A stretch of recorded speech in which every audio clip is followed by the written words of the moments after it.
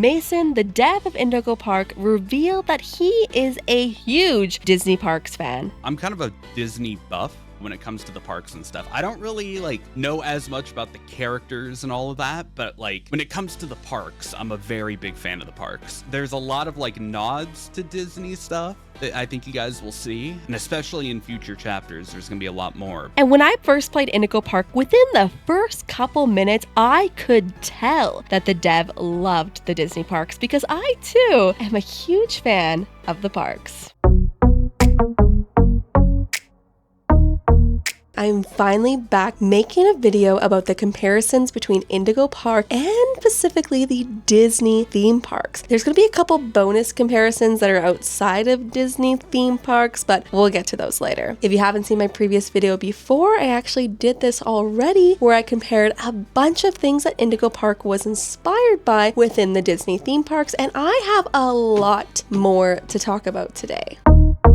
So this comparison is kind of obvious at a surface level. At the Disney parks, it's very commonly known that Mickey Mouse is the mascot, whether you go to Disney in Shanghai, whether you go to Disney in Florida, or whether you go to Disney in Paris. At each park, the same main character is Mickey Mouse. And at Indigo Park, well, we know it's Rambly, the raccoon. And I get it. At a surface level, you're like, Mel, that is super obvious. Why are we even talking about this today? But let me explain. I feel like the deeper lore behind Mickey being the main mascot of Disney is kind of an inspiration of why Indigo Park decided to go with the main character being Rambly the raccoon, where it was previously Lloyd the lion. Because as many of you know, we do see Lloyd the lion in that opening day speech in the background, and he was in the exact same spot of the entrance where Rambly is now. So it's as if Rambly has replaced him, which at one point in time through Disney history in the 1940s, Donald Duck was actually getting really popular. There was surveys done and people voted that Donald was the more popular character of the Disney franchise over Mickey Mouse. There was also a point in time and consideration for changing the main face of Disney to be Donald Duck, and this was before Disneyland is even opened. It could have happened that Donald Duck became the main face. He's more beloved by fans, or at least he was at the time. And side note, if you do look at the culture of Tokyo Disneyland, for instance, you can kind of tell there's a lot more love for Donald Duck over there because there's a lot of themed food and beverage options of Donald. More so, I mean, we don't have any at the American parks because Donald just doesn't get that type of love. But with Indigo Park, it's almost as if that lore that could have happened for Disney actually did happen for Indigo Park. And that is what inspired the Indigo Park devs to have a replacement for Lloyd and create this feud between the two characters. Because could you imagine if Mickey Mouse was replaced? How would Mickey feel being replaced? So this is a phrase that you actually hear Rambly use a couple times, and you see different signs throughout the game have this phrase on it as well. And I guess, is it a phrase or is it a noun? Wrangler or Rookie Wrangler. Welcome to the crew, Rookie Wrangler. Registered. Your first official job as one of Rambly's Wranglers, registered, is to get out of the Rambly's Wranglers registered room. Which is very similar to how Disney calls their employees cast members. They're not employees, they're cast members. Since we know that Mason, Unique Geese, the dev of Indigo Park, is a huge fan of the Disney parks, I'm a very big fan of the parks. It makes sense that he wanted to give the employees of Indigo Park a special name that they would be called. What is the deeper meaning behind it? Why did they choose the word Wrangler and not something else? I don't know. I can't figure that out. But let's talk about cast members. So cast members actually wasn't even used when Disneyland first opened. It was something that was started to be used in the mid-70s. They kind of thought, maybe calling our employees Disneylanders when we're literally going to build Disney World on the other side of America doesn't make sense anymore. We should find a name that we can use for everybody. So they started calling their employees cast members. And the reason we see that today is because Disneyland, Disney World, World, the Disney theme parks, is essentially like a show, a production. The whole theme park is a themed attraction. So everyone who works there is part of that production, part of that show, and thus they are cast members. Even in each individual area and land and ride and attraction and restaurant and shop, every single area has a different theming, and everybody who works in that area wears a very particular costume. I would like to figure out more information about why specifically Mason decided to use the word Wrangler for their cast members at Indigo Park. If anyone knows, like, can connect the dots there, please let me know. The Rambly Sipper. This is similar to different sippers that you can buy at the park, whether it's literally Mickey themed or it's some sort of other theme, or, maybe perhaps May the 4th themed sipper that you impulsively buy because you thought it was really cute and you did not need it, and you actually never even put a beverage in here because you didn't want it to have pop inside it because that'd be sticky and gross, and it literally lights up its eyes and it makes sounds. Okay, yeah, the point is that you tend to buy these as an impulse purchase, okay? Don't judge me. I thought it was adorable. This one, you can just pop off its head and put a beverage inside. I will never use it like that because I just think it's adorable and I want to just keep it on my shelf forever. But Disney gets you. They get you with these cute little sippers that you're like, I need that. I don't need that. I've never used it as a sipper in my whole life, and it just sits on a shelf. But I needed it. I wore that on my neck that entire day at the park. It was May the 4th. It was a glorious, glorious day. I went on Tower of Terror with that on my neck as well. It was great. And I don't regret it, okay? You know what? I really don't regret the purchase. It's fantastic. I love it so much. And I probably would buy more sippers if I allowed myself to spend that type of money. But Indigo Park's doing a very similar thing with having themed character sippers. I want to see more in the future. Maybe more that like are a little bit more cooler, not just so like basic as this rambly one that we see. Like cooler ones. Maybe ones that light up. Maybe ones that make sound. Maybe, ones that you can wear.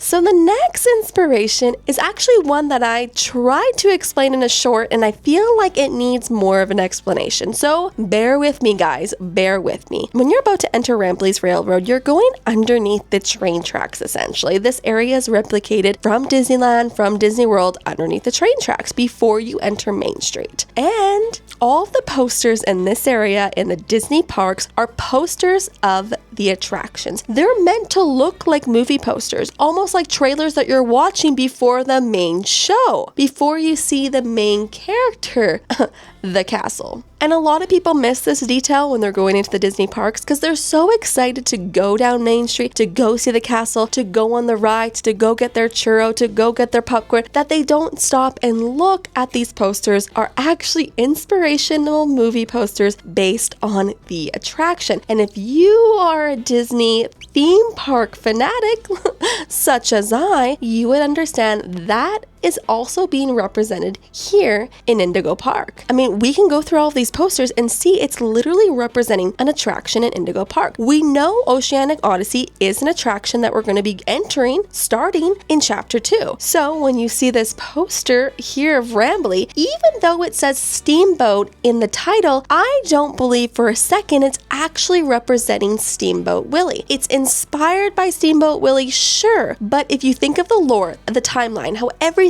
lines up, it wouldn't make sense that Rambly was the main character of an inspirational version of Steamboat Willie in color. It makes no sense. That should have been Lloyd. Lloyd would be the one who was in a Steamboat Willie cartoon. He would have been the first character made for the Indigo franchise and would have been in those early cartoons that the company released before the theme park was even made. Because again, Rambly replaced Lloyd eventually over time. When we're looking at this poster of Rambly driving a boat, it is all in color. And not only that, if you look carefully in the background, you see a river back there. And you know what river that is? It goes for Niles and Niles and Niles. Anyways, we're now heading into the Nile, and it's one of the longest rivers out here in the jungle. Niles.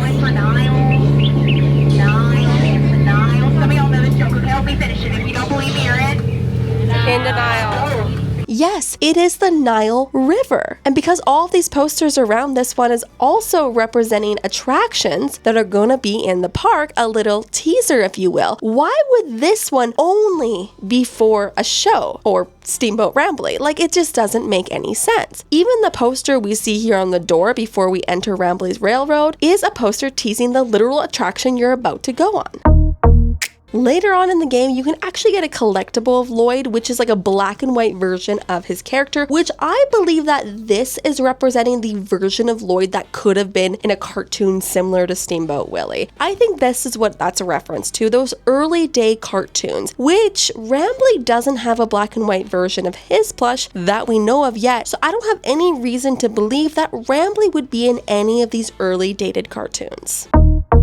The next comparison is actually one of the posters that's right before Rambly's Railroad, and it's a soaring reference. Here you see Mollie Macaw flying her airplane, and the word here, soaring, literally is referencing these soaring rides that you can not only ride at California Adventure, but also at Epcot. These are some of the most beloved attractions, and I would love, love, love for Indigo Park to have an attraction like this as well. That could be, you know, Mollie Macaw's ride. That could be her world, her universe, how she sees the world. And we know that Mollie crashes her airplane actually quite frequently, so that would be an interesting take on a soaring ride, is literally crashing the airplane as well. Maybe not something we actually want, but hey, they kind of did something similar with Avatar. They didn't crash, but they landed the Banshees. I don't know. Could be interesting to see something like that at Indigo Park, but I definitely believe that not only is this hinting a new attraction that will be in a future chapter of the game, but it also is an inspiration from Disney. The next comparison is actually another poster in this area right before you're getting on the Rambly Railroad attraction. Now, this poster reads The Great Sing-Off, which I believe is in homage to the Great Movie Ride. This one I don't think is going to be parallel so much in the sense of it's going to be very similar to how the Great Movie Ride was, like literally the type of attraction it was. I think it's more of a homage to the Great Movie Ride, to a beloved attraction that is now closed and no longer. And it would make sense that it would be here right before Rambly's Railroad, because in actuality, the Great Movie Ride in Hollywood Studios in Orlando, Florida was actually replaced by Mickey and Minnie's Runaway Railway, which I explained in my previous video is the inspiration that inspired Rambly's Railway. So for me, I more so see this poster not really as like a future attraction for Indigo Park. I see it more as a nod towards what maybe Rambly's Railroad replaced previously, or just a nod towards Disney parks. Like, yes, I recognize that Rambly's Railroad is based on a ride that replaced the Great Movie Ride. That's kind of how I see it. I don't see this as being a future attraction at Indigo Park, but we'll see. We'll see if anything comes from it. We'll see what the devs decide to do with this in the future. The next inspiration actually was added to Chapter 1 after the initial release. When Mason was working on Chapter 2, he kind of realized there was quite a few things he wanted to go back in Chapter 1 and change, so it was more comparable to what we're going to see in Chapter 2 and future chapters. And the main thing that he changed, quite a big change he made, was the queue for Rambly's Railroad. So like I already mentioned in my previous video, that Rambly's Railroad is a direct inspiration from Mickey and Minnie's Runaway Railroad. And this queue area is, I want to say identical. It is so similar to the queue for Mickey and Minnie's Runaway Railroad after you enter the cartoon. If you know, you know. If you haven't been on that ride, you gotta go on it. But it is so immersive. And in this area, it shows what that looks like. The next inspiration is actually kind of a subtle one, but I do want to mention it because, again, this was something that was added after the initial Chapter 1 was released, and then they did an update on the game, and it was they added a numbered system, like a queue, to get on Rambly's Railroad. Very, very, very subtle change, something that a lot of people won't notice. Even when you're at the parks, it's something that you're aware of, because when they're loading you on the ride, they tell you which numbered line to go into, and it just makes the process more efficient. It allows you to get on the ride faster, thus making your wait time significantly lower than it would ever have to be. And just overall a very, very small detail that you wouldn't expect an indie horror game inspired by Disney parks to even care about or notice or add or anything. But I was pleasantly surprised that this was something that they added in. And again, I know this isn't like a Disney thing. Disney is not the only theme park in history to have a numbered system. But you know what? To me, everything is just Disney. The next Disney inspiration is actually a really, really short phrase that Mollie Macaw uses when we're on Rambly Railroad. I feel like at this point in the game, I was more distracted by the Mollie Macaw that was lurking through the doorway that I didn't realize for a while that Mollie Macaw actually said this. I'm not crashing, Rambly. I'm barnstorming. This is referencing Goofy's Barnstormer. It's a kiddie roller coaster. I've never been on it to this day. There's so many rides at Magic Kingdom. I feel like that park has the most rides of any of the parks at Disney World, right? Am I right? I think so. And with the end of the day, I'd rather go on any other ride than the kiddie roller coaster, you know? There is a roller coaster similar to this at Disneyland in Toontown called Go Gadget, or at least that's what it used to be called when I was younger and was previously at that park. It's been rethemed to like a Chip and Dale style roller coaster since. I've been on that one a couple times and I imagine it's like the same thing. You go up, you go down, you go around, and then it's done. I do have a theory now that there's going to be a kiddie roller coaster in some future chapter of Indigo Park. I mean, it kind of like there has to be, but because they made this Barnstormer reference at this time, I feel like it's going to be similar to Barnstormer. And I mean, Rambly's Railroad is basically just an attraction that you go on a train and then you learn about all the other attractions you're going to see later in the park, because they do talk about Oceanic Odyssey. My ride, Oceanic Odyssey, will teach you all about the wonders down under the deep blue sea. And we're gonna go to Oceanic Odyssey in Chapter 2. And we also went to Lloyd's main stage, which we see on Rambly's Railway, and then we go over there and meet Lloyd, you know? So it would only make sense that we have a Mollie Macaw Barnstormer roller coaster coming in the future. This next inspiration is not just specifically to the Disney parks, but to the Disney franchise as a whole. When we go on Rambly's Railroad, Finley says this. You've known me for 100 years, Rambly. That's actually referencing the main Disney characters like Mickey Mouse, Minnie Mouse, Pluto, Donald, Goofy, Daisy, you know, that main Disney gang? Well, a lot of those characters are coming up to being 100 years old. So if we assume that this franchise, Indigo Park, is as old as Disney, these main characters like Mollie Macaw, Finley, Lloyd, and Rambly could have known each other for 100 years because they've been the main characters in the main phase of the parks. This next Disney inspiration is actually, I feel like a lot of Disney fanatics, Disney adults, people who love the parks, I feel like this is like their favorite thing. And that is hidden Mickeys, or in Indigo Park's case, hidden Ramblies. This was more obvious in the update that they did for Chapter 1, where you can see these hidden raccoon heads or Rambly heads in the queue for Rambly's Railroad and in the gift shop as well. Later, I did notice there was a raccoon head at the top of the main stage for Lloyd's main stage, but so far I haven't seen any in Indigo Park that are like super hard to find, because in Disney, yes, there are super obvious hidden Mickeys and people are like, oh my god, those are so obvious, they're not hidden. No, they're still hidden. Relax, they're just like hidden for children, so let the easy mode exist. And there's also hard mode, such as there is a hidden Mickey that you can only see once a year, which ironically is on Mickey Mouse's birthday, only during a certain time of day when the sun shines a certain way into an attraction's queue that you can see this hidden Mickey. Yes, that is how rare it is. And no, those ones are not really for the kids, those are for the adults, for the diehard fans. But the more obvious hidden Mickeys, like similar to what we're seeing here in Indigo Park, it's just like for the kids. It's for the kids to find all these different little hidden Mickeys throughout. And if you're wondering where that super, super rare hidden Mickey is, it's actually in the queue of Journey of the Little Mermaid in Magic Kingdom in Walt Disney World.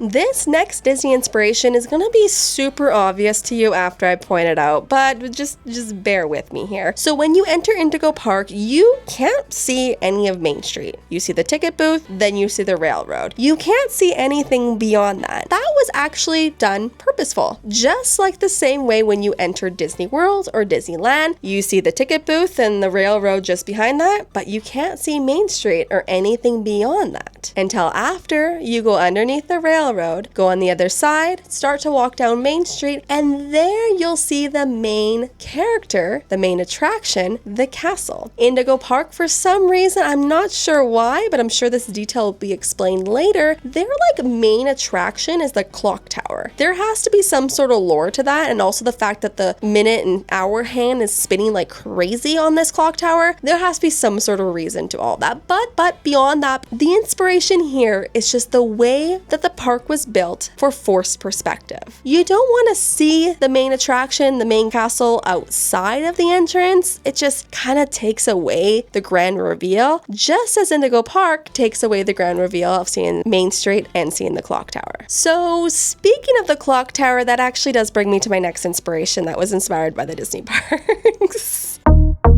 Oh, that's a reference to Peter Pan, obviously, mainly because of the style of the clock tower and also the fact that they both have Roman numerals on them. I don't know, there's no confirmation from the dev if I'm right about that. That's just what I believe. I'm curious though. I'm curious, Mason. So the next inspiration is, well, it's something I could have been wrong in my last video that I made. So when we ended chapter 1, we left in the Oceanic Odyssey area where we saw Finley for the first time. Well, we saw an older version of Finley, but now he looks much different. Originally, when I was in this area, I did think it would be inspired by Pirates of the Caribbean, and yes, there could be maybe potentially some elements of Pirates of the Caribbean in Oceanic Odyssey. I don't know, I don't think so. We'll get to reasons why I don't think so, but initially from what I saw in chapter 1, that was the direction my mind was heading. Now that we saw the teaser trailer for chapter 2, I think something else. I believe this whole area is actually inspired by the Sea Pavilion in Epcot. Why? Well, if you've ever been there, there's just a bunch of fish tanks everywhere and there's fish inside. Basically the exact same thing as what we're seeing in the trailer for chapter 2. Another thing is that Mason at the MomoCon panel, when he was talking about chapter 2 of Indigo Park, he was saying that there's more to this area than what we see in the teaser trailer. I will say that teaser arguably is about a third of chapter 2, in our mindset. And to be honest, that area is probably the least interesting to me. Oh, there is so much to say. But here's a little story time for you with chapter 2. So chapter 1, of course, ends with the player going into Oceanic Odyssey. And initially in development, and you can see that in Finley's section of Rambley's Railroad, my bad, I got my own game on. We initially wanted that to just be a single ride, just do an aquatic themed ride. There's a ton of aquatic stuff to pull from that I'm really inspired by for this game. And that quickly evolved into, what if Oceanic Odyssey was the hub for all of the water rides? So now it's become an aquarium and other rides that you guys will get to see. Which, if you've been to the Sea Pavilion at Epcot, you have an attraction there. You have a show there. And you also have fish and fish tanks and different sea creatures to see. So potentially in this area, we could see a ride similar to the Seas with Nemo and Friends. We could see an attraction similar to Turtle Talk with Crush. We already see there's going to be an aquarium style attraction here for guests to explore. And what's interesting that the Sea Pavilion offers is that you can book a private tour to go scuba diving, which I don't know if they're going to represent that in Indigo Park, but if they did, if there's some sort of part in the game where you're like, oh hey, you have to go scuba dive just like you could at Disney if you got that special tour to do that, and now you can go do that in Indigo Park, and that's how you have to deal with Finley. I know that's really a shot in the dark, but I'm just saying, if we're looking at comparisons to the Disney parks, could be. Also, the last thing that they have at the Sea Pavilion at Epcot that I haven't mentioned yet is the Coral Reef. It's a restaurant where you could go and eat, and there's a giant aquarium on one side of the walls, just you see fish everywhere, and then you can order a fish to eat.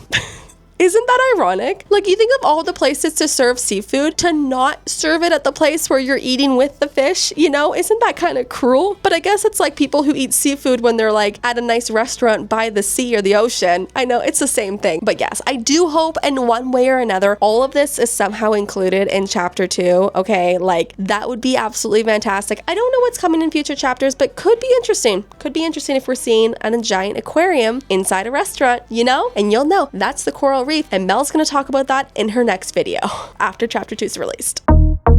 But back to what I was saying about the seas with Nemo and friends. So I do believe that there is going to be an attraction that is homage to the seas with Nemo and friends, because it's actually teased here in the chapter 2 trailer. I don't know. I have a theory. I don't know if this is just a homage, like a nod to the attraction, or if this attraction is actually going to be in the chapter. I'm not sure. I like to believe the latter. But we see here Rambley's head in a seashell. This seashell looks very familiar to the seashell that you ride in on the seas with Nemo and friends. It's also the same seashell, or very similar looking seashell to what they use with Journey of the Little Mermaid, which is found over at Magic Kingdom. So could it be an attraction of some sort of like combination of the two rides? I don't know, but I feel like you would enter that attraction, go on that ride, and then be in that aquarium part of the sea pavilion where you'll see Finley and stuff, and maybe go on a little scuba dive adventure and then have dinner next to the aquariums after. I don't know. Just a theory. It'd also be interesting to see like Finley as an animatronic on this ride before you go into the sea pavilion, before you go into the aquarium where you actually see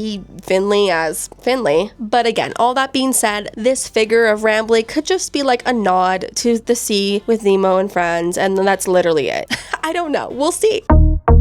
The next Disney inspiration's actually something again from a Chapter 2 teaser. So we saw the Chapter 2 trailer, but Unique Geese also released a teaser of the game, which kind of hinted as of a new show that played on a very particular channel called the Indigo Channel. Sound familiar? Just like the Disney Channel. Even the logo is similar to the Disney Channel's logo. That one's pretty much straightforward. There's not too much more to be said about that other than the show that they're showing the theme song of in this teaser. Which brings me to my next Disney inspiration. Mollie Ahoy! With Chip and Pip and Tiki, every day becomes a joy. Mollie Ahoy is inspired by Jake and the Neverland Pirates. Personally, I haven't watched this show myself, but it's just from what we see in the teaser, it's very obvious that's where the inspiration's coming from. I am curious how the devs plan to incorporate a Disney Junior or Indigo Channel Junior, Indigo Junior, who knows what it's going to be called, but how are the devs going to incorporate this like Disney Junior style show into Indigo Park? Because if we look at the Disney parks and we see anything that has to do with Disney Junior, it's very temporary. So Disney Junior characters are in the parks as a meet and greet experience because they change pretty frequently. It's literally not worth it for Disney to literally make an attraction or a ride based on a Disney Junior show, because within 2, 3, 5 years, we're on to the next show and the next characters. They have a Disney Junior play and dance on stage show where they will rotate the different characters that the audience will see, which ones are relevant to different shows, but it's more of an interactive show with kids, and there's lights, and there's a whole big area for kids to dance and play. So I'm just curious how Indigo Park is going to approach this Indigo Junior show, this Disney Junior style show. Are they going to make some sort of attraction that these characters are on, like their own dedicated attraction? Are they going to incorporate them on a different attraction, like they're part of something else? I don't know. I'm very curious what direction they're heading.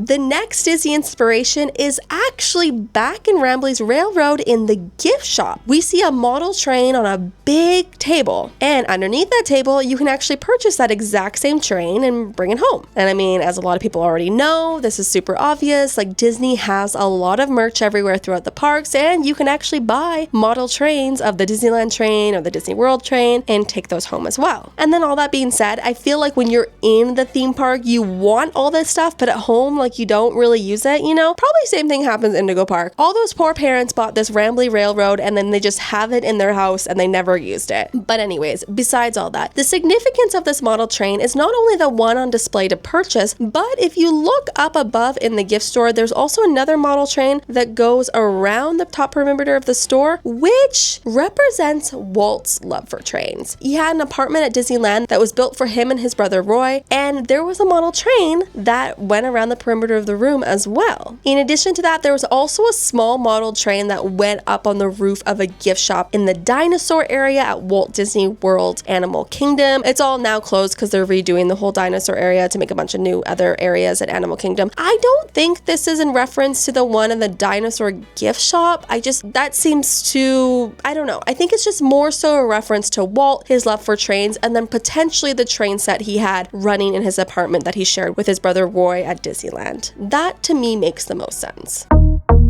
This next Disney inspirations actually kind of makes me feel sad. I'm not gonna lie. I feel emotional talking about this one because if we think of the timelines when the game was created and development, when the game was released, and then the realities of the Disney parks, all right, let's get into this one. This inspiration is in homage to an area of Disney World that is no longer there, the Muppets Courtyard. We see here a fountain with Rambly in the middle. Look familiar? Yes, the Muppets Courtyard fountain with Miss Piggy in the middle. When Chapter 1 was in development, it wasn't even announced yet that the Muppet Vision 3D will be closing, or the Muppets Courtyard, or anything of that area will be closing. But now that I'm recording this video, it's closed. It's no longer there. It's actually, the fountain's gone. I've seen pictures online and it's gone. It's Miss Piggy's not there anymore. She's probably in like the archives or something. I don't know. Hopefully she's somewhere safe, because who knows with Disney. Never forget Buzz. Never forget Buzz. I believe this area is a homage to Muppets Courtyard, and I'm really glad that it was included in the game, even though when at the time it was included, the devs had no idea that this area would be removed from the Disney parks and how much more significant including this area would be and including this fountain would be. And I'm just happy they did it. I would love to see more things in the future referencing Muppets Vision 3D, or just anything, you know, as a homage to all of that, because it's all gone. Like, we're not gonna get that back. We are gonna get Rock and Roller Coaster that's gonna have a Muppet theme to it, which, you know, we'll visit that when that comes. But for the time being, we no longer have the Muppets Courtyard. So the entrance of the park is actually not really shown to us until we start playing the game and we're trying to figure out a way to get inside the park. You know, where Rambly's trying to help us. But we actually do see this entrance. We just don't realize it, but we do see this entrance in the opening credits when Isaac Indigo is giving his opening speech for the park. So what's interesting here is not only is this a Disney inspiration, but I have a theory it could be inspired by two separate locations within the Disney parks. And also I feel like there's some hidden lore in this area as well. So first of all, it is very similar to the entrance at Disney World when you're literally driving in, you know, the place like you can't stop your car to take pictures. Yeah, there. You have the characters on each side, like we have Mickey Mouse, and then in Indigo Park, we have Rambly on this side. But if we look back to the opening day scene where Isaac Indigo's giving that speech, we see Lloyd actually on this side here, which is interesting. It kind of like plays into that lore that Rambly at some point in time replaced Lloyd. But also I do want to mention that I feel like this entrance is also similar to the entrance in Disneyland Paris. And the last Disney inspiration I'm going to be mentioning today is actually not really about the theme parks, but then it is. Initially, I was like, no, this doesn't work because it's about the movies. And then I realized, no, it is about the theme parks. I just forgot a very essential ride that's actually my favorite ride. Well, is it my favorite at Hollywood? It's one of my favorite rides at Hollywood Studios. So there are some white clouds on a blue wall at Mollie's landing pad. And initially when I saw this, I was like, yeah, that's Toy Story, but like Mason's not referencing movies. That just doesn't make sense, because he's a huge fan of the Disney park. I'm a very big fan of the parks. And like I said, I originally wasn't going to include this because it just doesn't make any sense. But if you remember Toy Story Mania, yeah, right? As soon as you get into the ride there, you're supposed to be in the perspective as the toy in Andy's room. And what type of wallpaper does Andy have in Andy's room? The blue wallpaper with the white clouds. So yes, this is an inspiration from the Disney parks that I literally almost missed. And it's interesting because when you're about to enter the ride ride in Toy Story Mania, again, you're being put in that perspective of a toy. While in Indigo Park, when you're going through Mollie's landing pad, you're now in the perspective potentially as a child, because why would you go through this play area as an adult, right? It's all built to your size though. You fit in there perfectly fine. Anyways, Mason is brilliant. That's all I can say. I'm so happy he included this small little detail, even though I technically missed it for so long, but you know what? That just emphasizes how brilliant he truly is. Did I miss any inspirations from Disney in this video, or any other inspirations from other theme parks that you noticed when you're playing Indigo Park? I will be having another video out soon of even more inspirations that I caught specifically from chapter 1, and maybe more from the chapter 2 teasers. I don't know, we'll see. And that will be coming out really soon. I honestly have the outline of the script written for that as well. We'll get there. Thank you guys so much for watching. I really do appreciate it, and take it easy. I know you told your friend you're not okay, and tell me what's wrong and why you never said you felt that way. And guess you're trying to stay strong and fake a smile until I look away. But I've known you too long, it hurts